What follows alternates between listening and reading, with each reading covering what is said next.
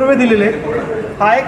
हा पण महत्त्वाचा पार्ट आहे. 2 4 वे दिले आहे. हा एक 4 वे आपला हायड्रंट लाईनला कनेक्ट आहे, जो रायझर आहे त्याला कनेक्ट आहे, या कोर्टयार्डला कनेक्ट आहे. आणि हा एक 4 वे डायरेक्ट टाकीमध्ये जातो.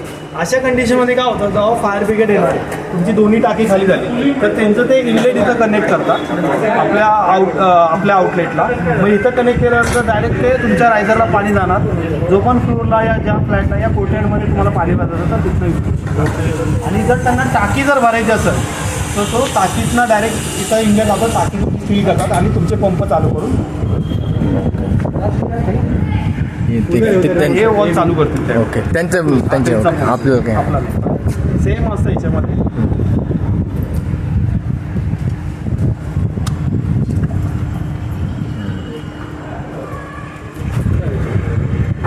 फायरवाल्यांचे एक्सपर्ट ह्याला मेंटेन करायची काय गरज? स्प्रिंग असतं, NRV असतो. पुश केला की हाय प्रेशरने ते NRV मागे जाते डायरेक्ट पाणी.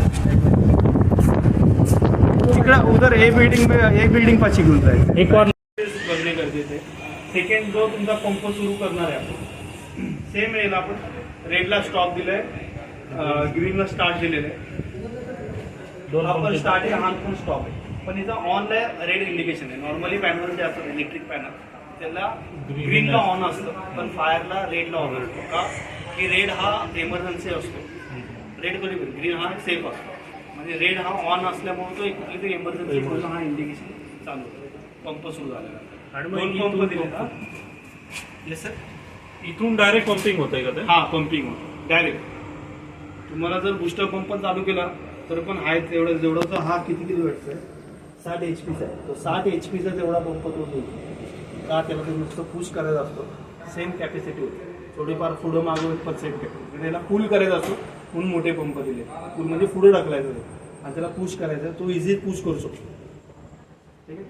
2 पंप दिलेत. एक स्टँड बाय पंप दिलेला असतो आणि एक मेन पंप. कुठला पण मेन आहे, कुठला स्टँड बाय का म्हणत असतो की तुमचा जर मेन पंप मेंटेनन्सला आहे तर एक पंप तुमचा कंटिन्यू चालू पाहिजे. त्यासाठी आपण स्टँड बाय एक पंप दिलेला असतो सेम कॅपॅसिटी. हे चालूत का नाही आता कसं कळणार आपल्याला? म्हणजे हे ह्याच्या काय नाही, याला तुम्हाला इथनं चालू केल्याशिवाय तसं काय कळायचं नाही. मग हे वर्किंग येत नाही कसे कळणार आहे? हे पंप वर्किंग आहेत का नाही आता? म्हणजे आता वर्किंग मध्येच आहे. याला काही होत नाही. तुमचे वरचे जे बुस्टर पंप आहेत ना त्याला जास्ती करून प्रॉब्लेम होतो कारण की ते आउटसाईडला आहे. आमचं डाऊट काय आम्ही आता कसं कन्सिडर करायचं हा वर्किंग आहे का बंद आहे? हँडओव्हर ते घेतलं तुम्हाला चालू करताना किक मारून बघायचं. म्हणजे आज म्हणजे त्याला काय ऑपरेट कधी मध्ये आधी ऑपरेट आता प्रेशर आहे तुमच्या 4 kg प्रेशर. ओके, म्हणजे आता ऑटो हा तुम्ही जर इकडे बघितलं गेज वरती नॉर्मली ग्रॅव्हिटीने 4 kg प्रेशर आहे. ओके. आणि मग जेव्हा हे वोटर चालू करेल तेव्हा ते 7-8 वगैरे जाईल. हा, पण एवढं गरज नाही. ते एमटी होता का आता? एमटी होता का? नाही बरं ते एमटी असल्यावर पाणी वाढत तुम्हाला त्यांनी दाखवायसाठी एमटी